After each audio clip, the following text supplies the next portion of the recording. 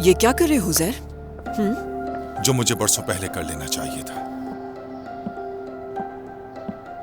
तुम्हें लगता है जो तुमने किया वो ठीक किया? ये सब इतना आसान नहीं उज़ैर। एक मामूली औरत के लिए तुम अपना घर नहीं छोड़ सकते। कहीं नहीं जा रहे हो तुम, यहीं रहोगे। जब मामला इस मकाम तक पहुंच जाए तो हम मियां बीवी के तौर पर कैसे रह सकते हैं रोशन? मियां बीवी की तरह?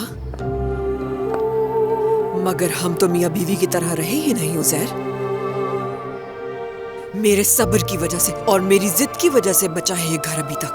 सालों मैंने आंसू बहाए, तन्हाई बर्दाश्त की इस घर को जोड़े रखने के लिए। सारी जवानी मैंने तुम्हारी बेवफाई की सजा काटी है और अब की बार सजा तुम काटोगे।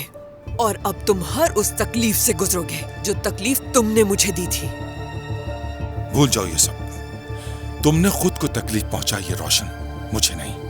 मैं बिल्कुल ठीक हूँ उज़ैर, लेकिन मायूसी अब तुम्हें सहनी होगी।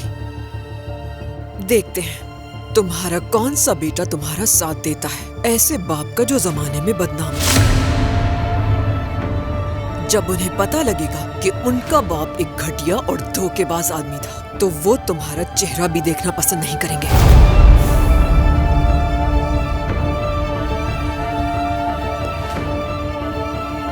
तुम चाहते क्या हो रोशन?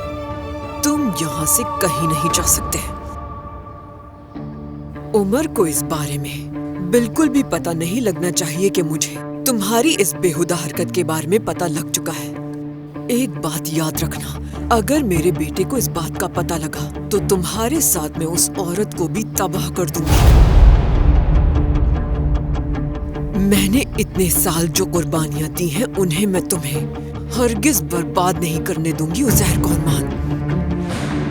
अब हम दोबारा से शुरू करते हैं। बेहतर है कि इन सारी चीजों को उठाकर अपनी जगह पर रख दो और आइंदा इस घर से जाने के बारे में सोचना भी नहीं। तुम सब कुछ पहले से जानती थी? मतलब तुमने जानबूझकर तुर्कान को आग में धकेला?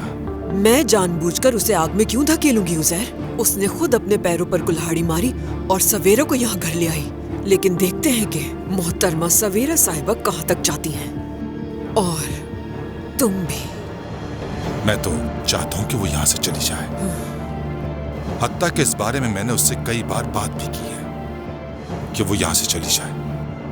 लेकिन वो तुर्कान का शुक्रिया अदा करने के लिए यहाँ चली आए। हाँ, मैं सिर्फ इस बारे में सोच रही हूँ उज़ैर कि सवेरा यहाँ क्यों आ गई अपने बेटे के साथ। क्या तुमने उन दोनों को यहाँ बुलाया था उज़ैर? रोशन, मैं उन्हें यहाँ बुलाने की गलती कभी नहीं करूंगा, यकीन करो मेरी बात का। लेकिन इसके बावजूद मुस्तफा तुम्हारे पीछे आ गया है ना? फिर सारे दरवाजे खुल गए और तुमने उससे मुलाकात करनी भी शुरू कर दी। मैंने मुस्तफा को नौकरी पे रख लिया और तुम उसकी माँ को यहाँ ले आए। मैं किसी को यहाँ पर लेकर नहीं आया रोशन, अब चाहे तुम यकीन करो या ना करो। कितनी अजीब बात है ना उज़ैर। मुस्तफा ने पहले तुम्हारे घर की मालूमात करवाई, तुम्हारे बारे में पता करवाया, फिर एक दिन तुम्हारे सामने आ गया।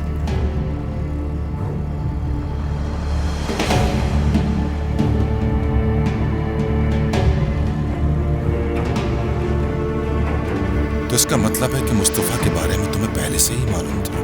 ऐसा ही है। सब्र से रहना मेरी पुरानी आदत है उज़ैर, और गलतियां करना तुम्हारी आदत।